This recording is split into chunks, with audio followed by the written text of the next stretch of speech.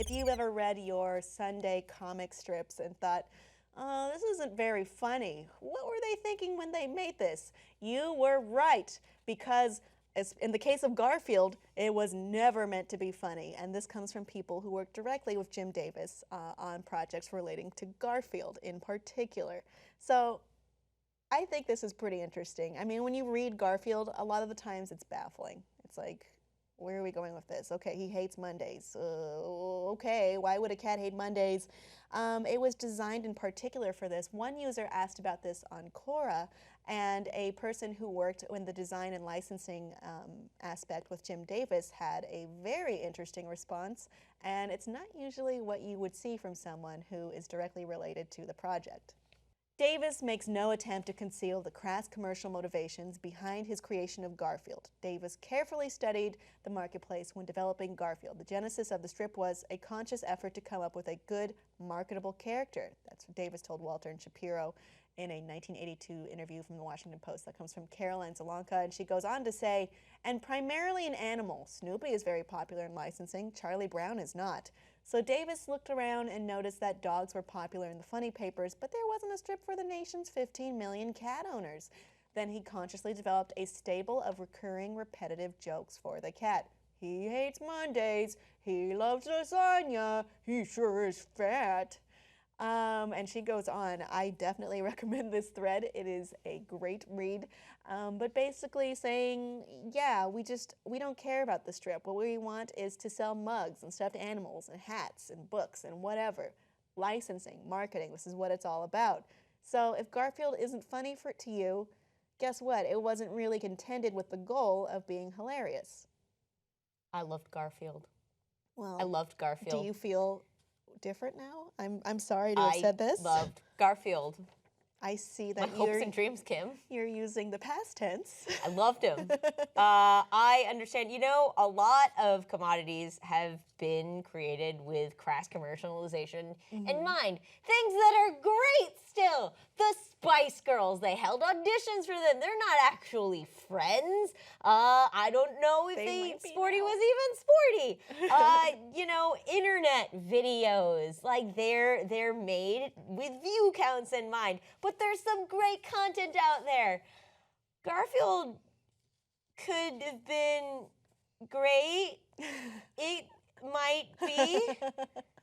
Look, you can enjoy things for how you want to enjoy them. This just comes from someone who worked close with the source and is saying this was not intended to be a groundbreaking, hilarious comic. And around that has become, you know, kind of a funny, like, cult fan reaction. Like we have Lasagna Cat, which is this baffling live-action puppet version. And then Garfield without Garfield is so funny because there's this dark, existential sadness about John Arbuckle. Yeah. And without the foil of it being about this talking or this sentient cat, he's just a sad man. So it's really, really funny.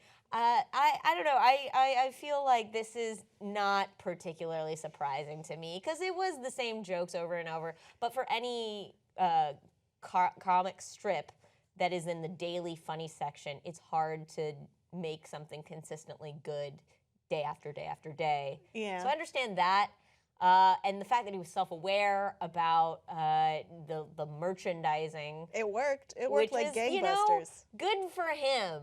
Good for him. There are many struggling Not everyone's Bill comedians. Watterson. Yeah, there are many struggling comedians who, oh my God, you're right. I mean, I guess if you're Calvin and Hobbes, you can be funny every single day. See? But you know, not everybody is meant to be funny.